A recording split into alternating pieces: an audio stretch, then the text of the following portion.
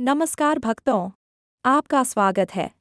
आज हम सुनने जा रहे हैं बेहद पावन और चमत्कारी सोमवार व्रत कथा, जिसे सुनने मात्र से ही भगवान शिव पार्वती की विशेष कृपा प्राप्त होती है। तो चलिए शुरू करते हैं आज की पवित्र कथा। प्राचीन काल की बात है। एक गांव में एक साहूकार रहता था। धन दौलत की कोई कमी नहीं थी, परंतु एक कमी उसे हमेशा सताती थी। उसकी कोई संतान नहीं थी।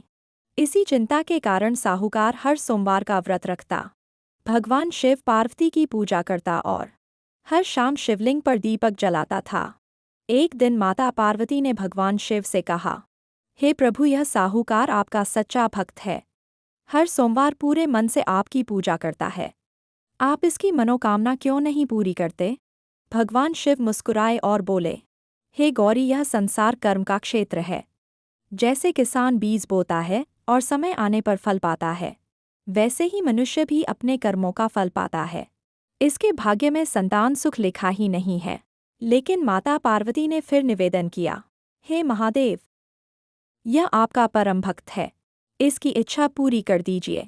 शिव बोले, तुम्हारे आग्रह से मैं इसे पुत्र तो दे देता हूँ, लेकिन यह पुत्र केवल 12 वर्ष का ही जीवन पाएगा।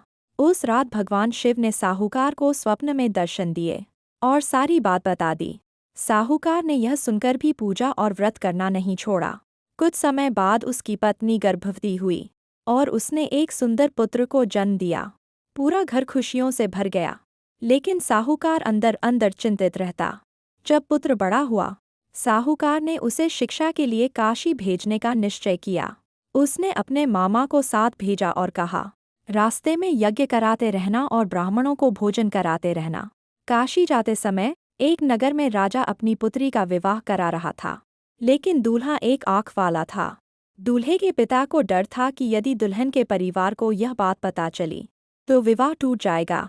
उसी समय उन्होंने साहूकार के सुंदर पुत्र को देखा और बोले, तोरण के समय तुम मेरे पुत्र की जगह बैठ जाओ। साहूकार का पुत्र मान गया और राजसी वेश में तोरण रस्म पूरी की। फेरों की बारी आई तो दूल्हे के पिता ने उससे निवेदन किया कि वह फेरे भी ले ले।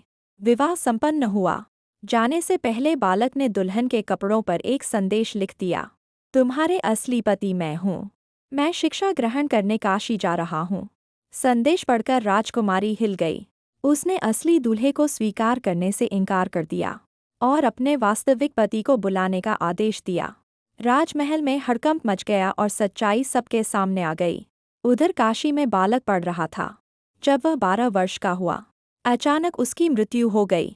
मामा रोना चाहते थे, लेकिन यज्ञ अधूरा था, इसलिए उन्होंने पहले यज्ञ पूरा किया और फिर बालक के पास जाकर विलाप करने लगे। उसी समय भगवान शिव और माता पार्वती वहां से गुजरे।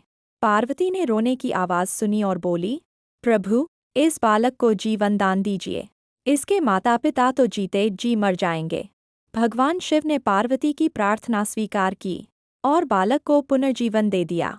जीवित बालक और मामा लौटते हुए उसी नगर पहुँचे जहाँ उसका विवाह हुआ था। दुल्हन के पिता ने उसे पहचान लिया और सम्मानपूर्वक उसे अपनी पुत्री के साथ विदा किया।